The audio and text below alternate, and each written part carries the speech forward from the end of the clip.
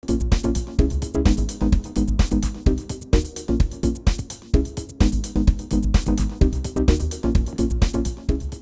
gaan luisteren naar Patrica We're going van to listen to Patricia from Lingen with Infinitely Learning to Learn. Een jong meisje vroeg aan Albert Einstein A young girl once asked Albert Einstein how he had become so smart. He said the following: I have no special talent, but I am very curious. The only thing I do is ask questions, just like children do. That's the most important thing, and everybody can do it. Ladies and gentlemen, in this lecture, we will get a deeper understanding of the process of infinitely learning to learn. If we generally accept for the moment what Einstein gave us, this is at least will help us being curious and will help us asking questions ourselves. Keep investigating the ideas you will hear today. We can learn during our whole life and even after our life. Learning is something you do not only at school, but everywhere, every day, again and again. As the title of this lecture indicates, that is not all. It never stops. It is an endless process. Learning, seen from the perspective of growth and development, is something that belongs to the nature, as we would say. This morning, Bauke already pointed out that an inner urge for growth is inherent to all life, an urge to express more and more some of that boundless life. In this lecture, we will tune in on this. We shall investigate how the learning process is being related to who we really are. Above all, we will show you one can never learn and grow without others. If we want to come to a better understanding of the meaning of life, and if we want to be the change we wish to see in the world, we have to continually broaden ourselves to gain new insights. Learning to differentiate between the faculties we use is of great importance. In our society, we see two kinds of learning by which we can discern which part of us is being activated. We distinguish between two kinds of learning. One is intellectual learning, and two is comprehensive learning.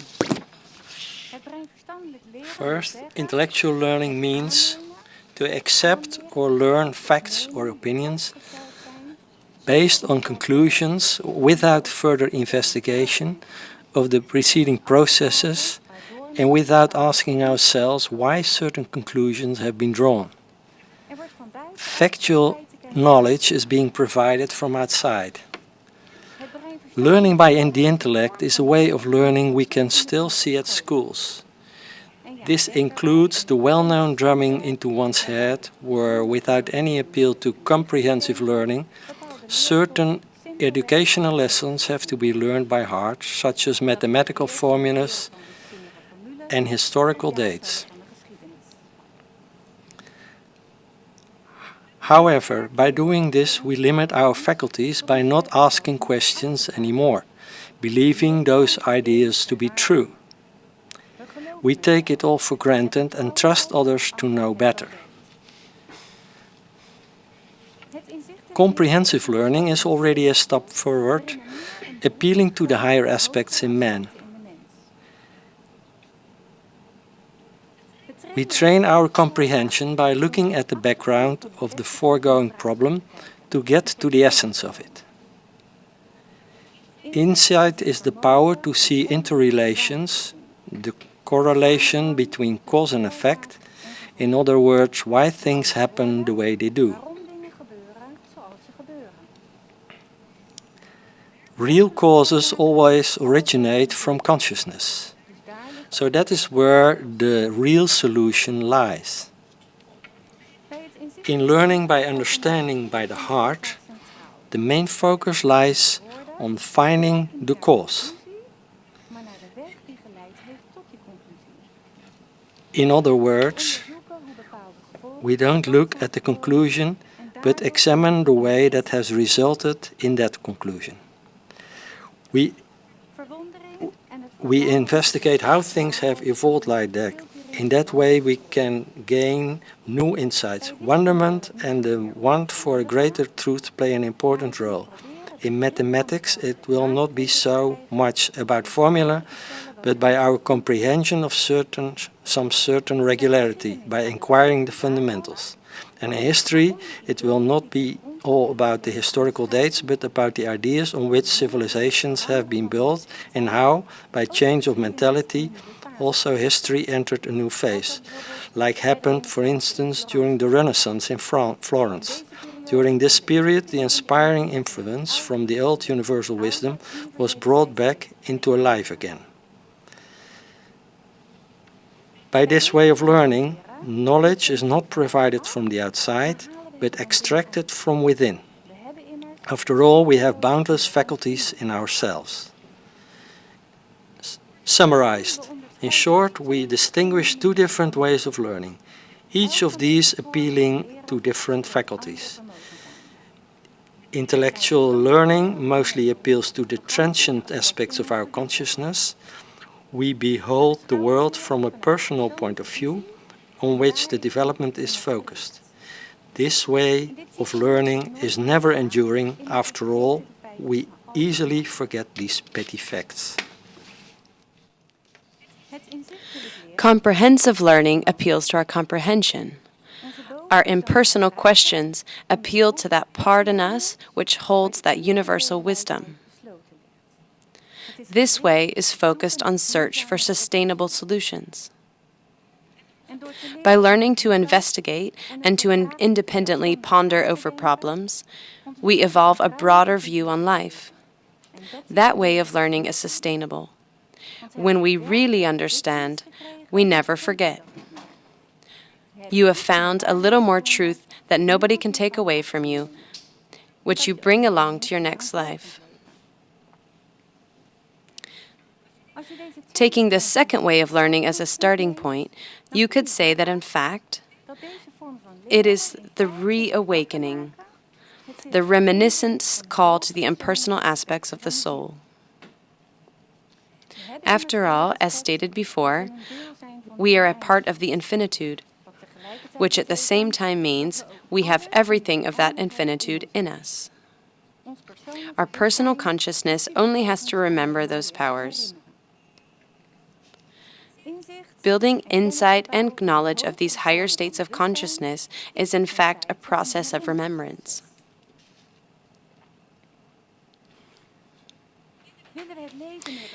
If we want to understand life more and discover the meaning of life, it will be the challenge to break down our old thinking patterns by which we think we are separate from the rest of life.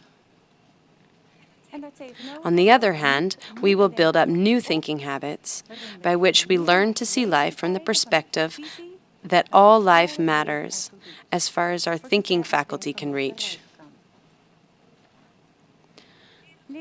Learning to place events in a broader perspective, meaning to see things against the background of the totality, will help us to see the meaning or the reason of things. We ourselves can work on that by continuously regarding to life and asking the right questions. For instance, does chance exist? Can we perceive the force behind the manifestations? Can we recognize the definition of Plato, as Bauke put it this morning, that life is the ability to act and react? As stated before, the answer already lies within us, and in fact only needs to be remembered. However, this does not mean we don't need each other, because learning is a process of action and interaction. There are always people who know more. We can always make an appeal to the ideas of great thinkers like Plato, Lao Tzu, Buddha, Jesus, etc. These are examples of people who have fully evolved this comprehensive way of thinking, and thus saw the coherence of life and lived their lives in compassion. They are the real teachers of mankind. A true teacher appeals to your inner understanding and will never force you to accept anything. He will never give any straight answers, but instead, waken your intuition by inspiring you. You don't need to be one of these great teachers to inspire others. We can do it on our own level just as well. Being an inspiration to others means being an example, living your own ideals by always taking into account the need of others, living by your own higher nature. So we can all follow those teachers' examples at our own level by sharing our life's experiences, knowledge or wisdom with one another. There is no need for any certificate. It is just a matter of mentality. That mentality emerges from your understanding of how things are construed. Everything is linked to everything, which means cooperation being the most logical fact in nature. Like, for example, an ecosystem. See how forests, fields, the sea, all creatures, animals, plants, mold, bacteria, etc., they all depend on one another. They need each other in order everything as a whole to grow and develop. In nature's kingdoms, below us this happens unconsciously, but we humans can choose consciously for cooperation. Seen from the spiritual background of life, considering life's unity in which all is united, brotherhood is a fact in nature. We don't have to aim for that. We only need to learn to understand that fact. Considering this fact of creating this image of life, we can recognize this cooperation in ourselves as well. In order to answer life's questions, in the end, we must always appeal to our inner wisdom. The more we appeal to that spiritual part in us, the more we practice our consciousness to respond to this thinking quality, and the more we shall be guided by it.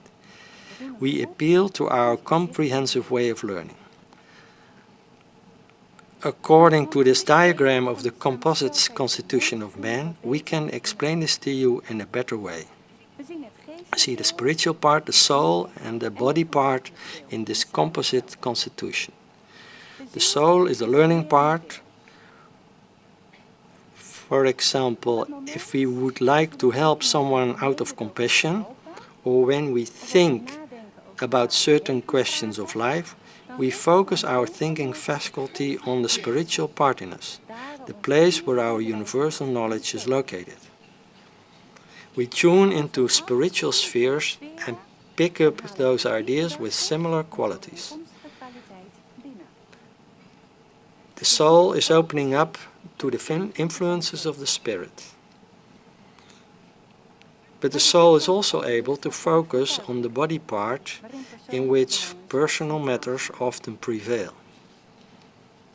Our interests in life, the things on which we are focused, determine which influences we are attracted to, which actions we accordingly take, and which habits we finally develop. One becomes what one thinks.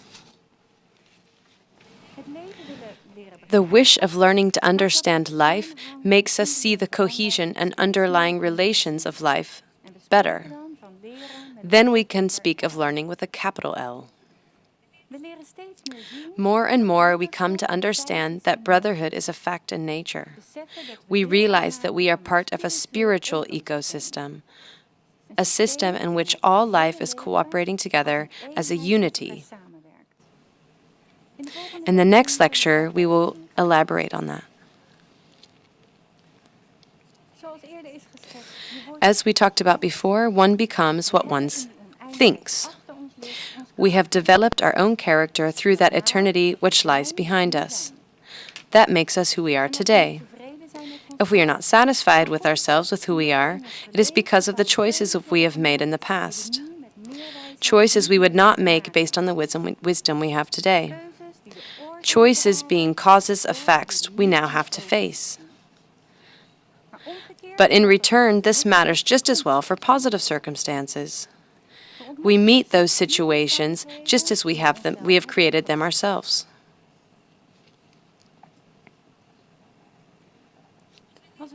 When we learn to understand that we ourselves have created our present situation in life by our thoughts and actions, at the same time, we can learn to understand the justification of why and who we are today.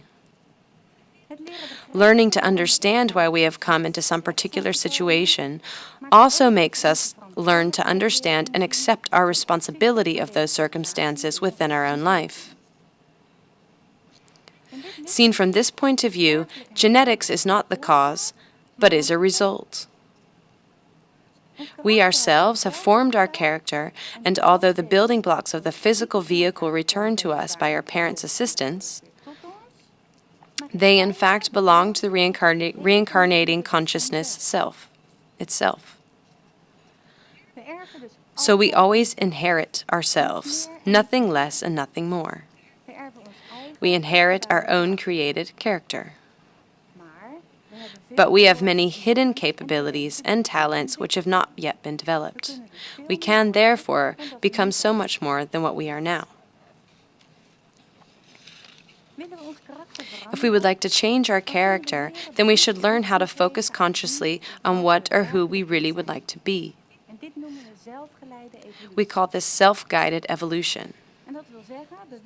This means consciously choosing to appeal to one's inner capacities in order to live life through our higher aspects. But how can we be guided by our higher capacities?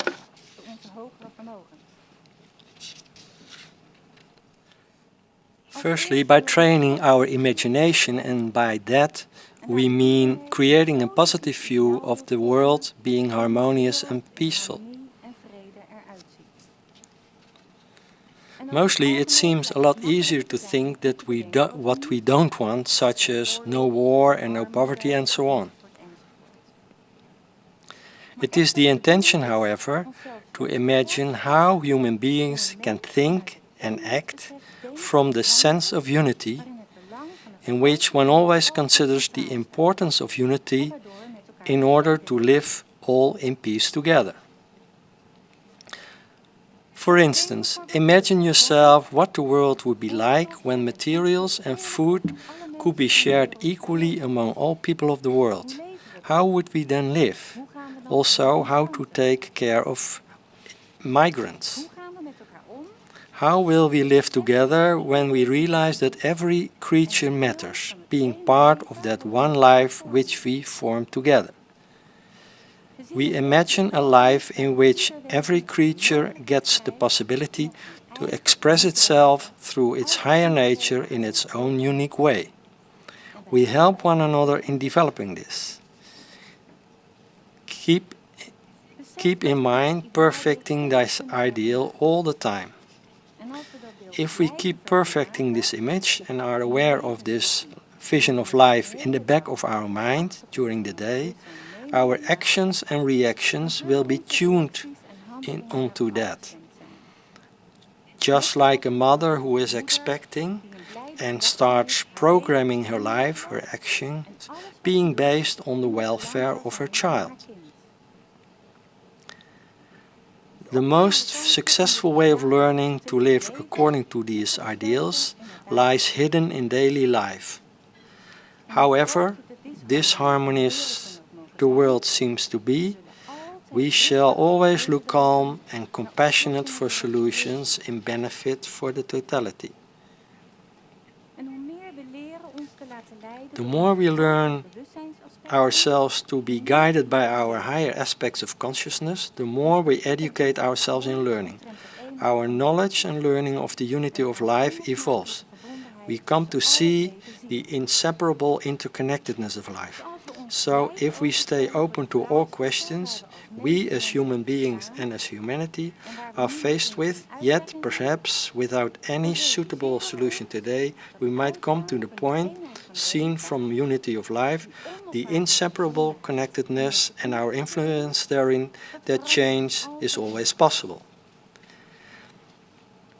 The wisdom which is needed is yet within reach, waiting for us in our spiritual divine stock. We only need learning to discern the ideas we take within our consciousness and which ideas are necessary in order to create that change. That's why we mean by infinitely learning to really understand and comprehend the processes of nature in life and to live up to that.